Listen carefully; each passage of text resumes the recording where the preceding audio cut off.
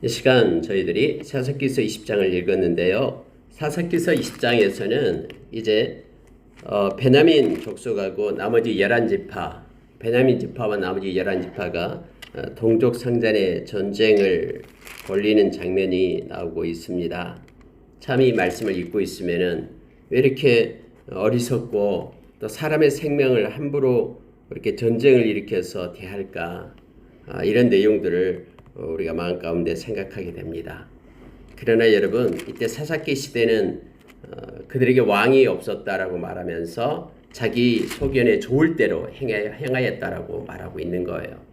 그러니까 그 일이 나쁘든 좋든 그것은 그 경중을 따지지 않고 일단 전쟁을 벌이면서 자기들의 지파의 어떤 세력을 높이고 또 단합하고 자기 지파를 헤아리는 족속들을 이렇게 대적하고 이런 일들이 일어났음을 말씀을 통해서 보게 됩니다.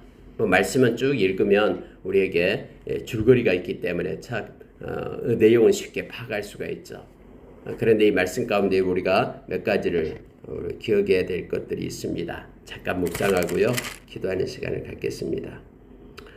여러분, 이 레위 사람이 첩이 있었다고 그랬죠. 원래 레위 사람은 첩을 둘 수가 없고요. 또 행음하는 자와 결혼할 수도 없게끔 되어 있었죠. 그런데 그때 당시 시절이 참으로 악한 시대였기 때문에 하나님을 섬기는 레위 사람도 말씀을 떠나서 첩을 두고 그리고 또 이렇게 기브아에 들려서 그 첩이 불량배들에게 그것도 하나님의 백성이 산다는 성읍에서 불량배들에게 남색, 즉 동성애를 막 요구하면서 이러한 악한 성폭행 사건이 일어나게 되죠. 그래서 그 첩을 불량배들이 데려다가 밤새 유린하고 그래서 새벽에 갖다 두었는데 죽게 되죠. 이 레위는 또 이 첩을 데리고 와서 칼로 이렇게 12개로 나눠가지고 모든 지파에게 또 사형과 함께 보내는 거예요. 그랬더니 이스라엘 백성이 이걸 보고 깜짝 놀라고 경각심을 갖고 미스바에 모인 거예요. 근데 오늘 성경에 보니까 미스바에 모인 숫자가 40만 명, 병사들이 40만 명이나 모였습니다. 이게 굉장하죠. 그러면 그때 당시에 이스라엘 전역에 이것이 하나의 큰 화제였음을 보게 되죠. 모든 사람이 다 알고 있는 세상에 이런 일이 세상에 다 있냐 하면서 어떻게 하나님을 믿는 백성들에게서 이런 성폭행 사건이 나타나고 또 이러한 시체를 갖다 나누어서 이걸 갖다가 경각심을 일으키기 위해서 레위인에 의해서 보내지고 도대체 이게 어찌된 일이냐 하면서 온 그런 이스라엘을 각 지파가 떠들썩하게 일어났던 그런 사건이었음을 알게 됩니다. 왜냐하면 각 지파마다 40만 명 군사를 내었는데 40만 명이 미스바에 모였기 때문에 그래요. 그래서 미스바에서 이제 그 레위 사람을 불러가지고 이 어찌된 일이냐 하면서 설명을 요구하죠. 그래서 레위 사람이 이런저런 일을 겪었던 일들을 설명을 합니다. 그러면서 그가 이렇게 얘기해요. 자, 6절 보십시오. 내가 내 첩의 시체를 거두어 쪼개서 이스라엘 기업의 온 땅에 보냈나니 이는 그들이 이스라엘 중에서 음행과 망령된 일을 행하였기 때문이라 하면서 이대로 안 된다라는 거예요. 이대로 이스라엘 놔뒀다가는 세상보다 더 악해지는 그런 이스라엘 백성들이 된다라는 거죠. 오늘날 타락한 교회가 오히려 세상에 있는 사람들보다 더 악한 일들을 행하는 일들을 종종 보게 됩니다. 교회라는 이름을 가지고 하나님의 영광의 빛을 가리우는 그런 사건들이 수없이 일어나죠. 근데 여러분 이때 당시에 이제 이 레위를 통해서 한 레위인을 통해서 하나님께서 이스라엘 전체를 갖다가 지금 책망하고 심판하고 있는 내용이에요. 그래서 여러분 전쟁을 보면 알겠지만은 전쟁에서 베냐민 지파 한 지파하고 나머지 11지파가 싸우면은 숫자로 봐도 베냐민 지파가 훨씬 열세잖아요. 그런데도 불구하고 베냐민 지파가 1차, 2차 전쟁에서 이겨요. 물론 3차 전쟁에서는 이제 다 죽게 되지만은 그래서 이 모든 것들은요. 다른 11지파뿐만 아니라 베냐민 지파를 향한 하나님의 심판이었다라는 것을 알게 됩니다. 여러분 여기에서 음행과 망령된 일을 행하였기 때문에 내가 이러한 일을 했다라고 레위인이 그렇게 발표를 하고 있는 내용을 보게 됩니다. 언제나 타락하게 되면요, 이 음행이 일어나게 됩니다. 모든 민족이든 어떤 시대든 타락의 종말에는 이렇게 음란하고 음행이 일어나게 되죠. 뭐 로마가 망했을 때도 마찬가지고요. 망령된 일, 즉 하나님 보시기에 망령된 일을 행하여서 도저히 이대로는 있을 수 없어서 하나의 이스라엘 민족의 갱신을 위해서 이러한 일을 했다라고 그 동기를 말하고 있습니다. 그랬더니 거기에 모인 사람이 이렇게 말합니다. 자, 8절 9절 보십시오. 모든 백성이 일제히 일어나서 이르되 우리가 한 사람도 자기 장막으로 돌아가지 말자. 한 사람도 자기 집으로 들어가지 말자. 우리가 이제 기브아 사람에게 이렇게 행하리니 곧 제비 뽑아서 그들을 치자. 그래서 100명 중에 10명, 1000명 중에 100명 다 뽑아가지고 양식을 준비하고 베냐민의 기브아에 가서 그 무리가 이스라엘 중에서 망령된 일을 행한 대로 우리가 가서 징계하자 하면서 여러분요, 그들이 막 부를 내면서 일어났다라는 것을 알게 됩니다. 자, 그러면서 갑니다. 근데 여러분 여기서 중요한 게 하나 빠져 있습니다. 그들이 이렇게 결정하기 전에 하나님께 물어야 되잖아요. 근데 그거보다 묻기 전에 더 앞서 행해야 될 일이 있어. 그게 뭐냐면 회개예요, 회개. 이런 망령된 일, 이런 악한 일, 이런 음행 사건이 이스라엘 백성에게 일어났다는 것에 대해서 하나님 앞에 옷을 찢고 가슴을 치면서 미스바에 모였으니까 앉아서 하나님 앞에 회개부터 해야 됩니다. 그들의 마음 가운데는요, 애통하는 마음이 없었어요. 우는 마음이 없었습니다. 단지 그들은 아니 저들이 저렇게 악하고 저들이 저렇게 나쁜 일을 했어. 우리는 정의의 용사들이니까 저들을 갖다가 심판하고 멸망시켜야 되겠다라는 그런 의분만 마음 가운데 가득했던 거예요. 근데 하나님이 볼 때에는 모두가 다 악한 자였어요.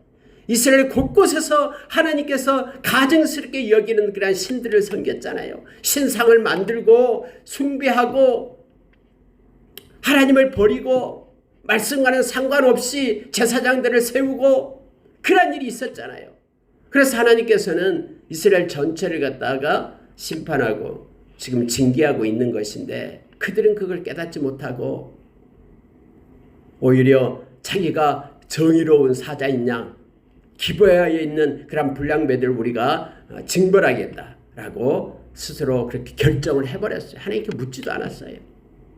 묻기 전에 먼저 회개하고 하나님의 뜻을 묻고 전쟁을 해야 되잖아요. 전쟁은 하나님께 속한 것이니까. 그런데 그들은 이미 다 결정을 해놓고 우리가 절대 집으로 돌아가지 않겠다. 우리가 승리하기 전까지는 돌아가지 않겠다라고 스스로 결정을 하잖아요. 하나님께 묻지도 않고요.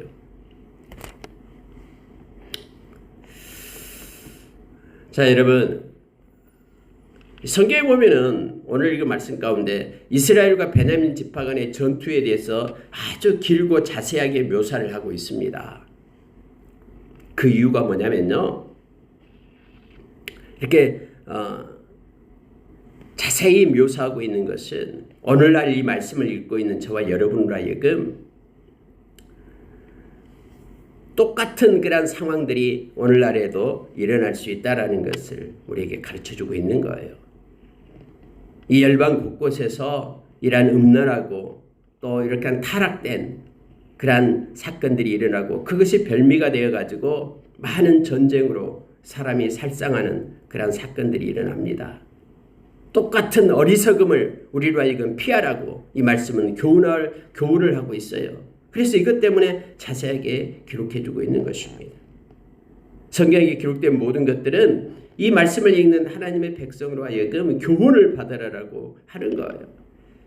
그래서 반면 교사 삼아 우리는 절대로 하나님 앞에 온전히 설 것을 그렇게 성경은 우리에게 가르치고 있는 것입니다.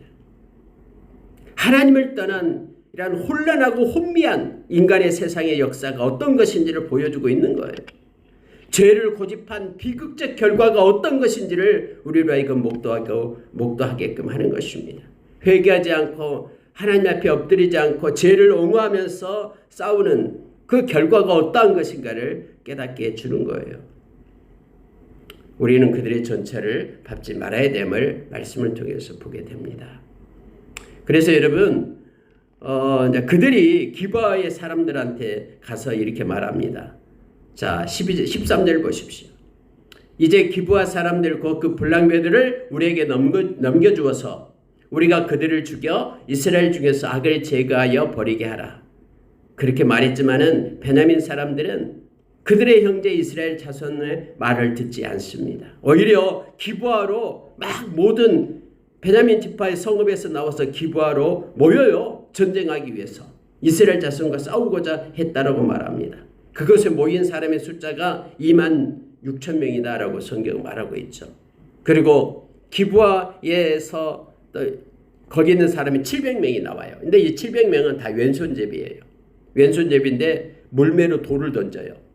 성경이 이렇게 표현하고 있어요. 700명은 다 왼손잡이라 물매로 돌을 던지면 조금도 틀림이 없는 자들이더라. 그래서 700명이 물맷돌을 던지는 용사가 있어요. 여러분 우리가 잘 아는 다윗이 골리앗과 싸우면서 물맷돌을 던져가지고 이기잖아요. 정확하게 맞춰서요. 근데 여들도 왼손잡이면서 물매를 던져가지고 정확하게 맞출 줄 아는 그러한 노련한 사람들이었어요. 자기들의 능력을 믿는 것이죠. 40만 명이 모였다는 소식을 들었는데 자기들 다 모아봤자 27,600명이잖아요. 26,000명이 나오고 700명, 26,700명이잖아요. 근데 상대가 안 되죠. 40만 명이 모이고 2만 명이가 20배 정도 가까이 되는데 당연히 전쟁하면 안 되죠. 숫자적으로 봐도. 근데요, 사람이 교만하게 되면은요, 전쟁을 합니다. 그 숫자를 가지고도 전쟁을 해요. 그리고 의로운 전쟁이 아니잖아요. 이렇게 음란한 짓, 악한 짓을 저질렀잖아요, 불량배들이. 그럼에도 불구하고 그걸 덮어요. 왜요? 자기 지파다라는 거예요. 비록 애들이 그렇게 나쁜 짓을 했지만 우리 지파, 우리 가족 아니냐. 그래서 우리가 싸우자라는 거예요. 26,700명이 40만 명과 싸우게 됩니다. 그리고 그들은 자기들이 용사다라고 생각하고 물맷돌 용사 700명을 갖다 뽑아가지고 우리가 이길 수 있다고 하면서 그들이 싸움을 걸기 시작하는 겁니다. 치지 않아요. 여러분 여기서 우리가 악한 것을 보게 됩니다. 왜 베냐민 사람들은 범죄한 불량배들을 옹호하고 있습니까? 하나님의 말씀이 실종된 상태에 암흑기이기 때문에 그래요. 그 시대의 법은 각 개인이 자신의 가치관에 따라서 옳다고 생각하는 소견대로 생각하고 행하는 때예요. 혼돈과 무질서가 가득했던 시기였어요. 베냐민 지파 사람들은 레위의 첩에 대한 잔악무도한 행위를 저지른 그러한 불량배들을 오히려 감싸주면서 같은 지파의 사람을 넘겨주어 재판에 해부하는 것보다도 그들을 옹호함으로 지파 간의 그런 단결과 과실을 더 우선시하면서 그들을 옹호하면서 싸움을 건 거예요. 우리가 넘겨주지 않으면 그대로 끝나겠지. 아니면은 뭐 어떻게 하겠어? 그래서 여러분 동족 간에 지파 간의 갈등과 싸움이 벌어지게 된 겁니다. 근데 여러분 이 말씀을 우리가 읽고 있으면요. 로마서 1장 31절 말씀이 생각나잖아요. 로마서 1장 31절 보면은 마음에 하나님 두기를 싫어하는 사람들의 그 결말이 뭐냐면 나쁜 짓을 하고 악한 일을 해도 그것을 갖다 옳다라고 생각하는 거예요. 그렇게 해도 지금 넘겨준 것보다 낫다라고 생각하는 거예요. 그래서 오히려 박수치면서 옹호하는 세력들이 나타난다니까요. 오히려 이겨요.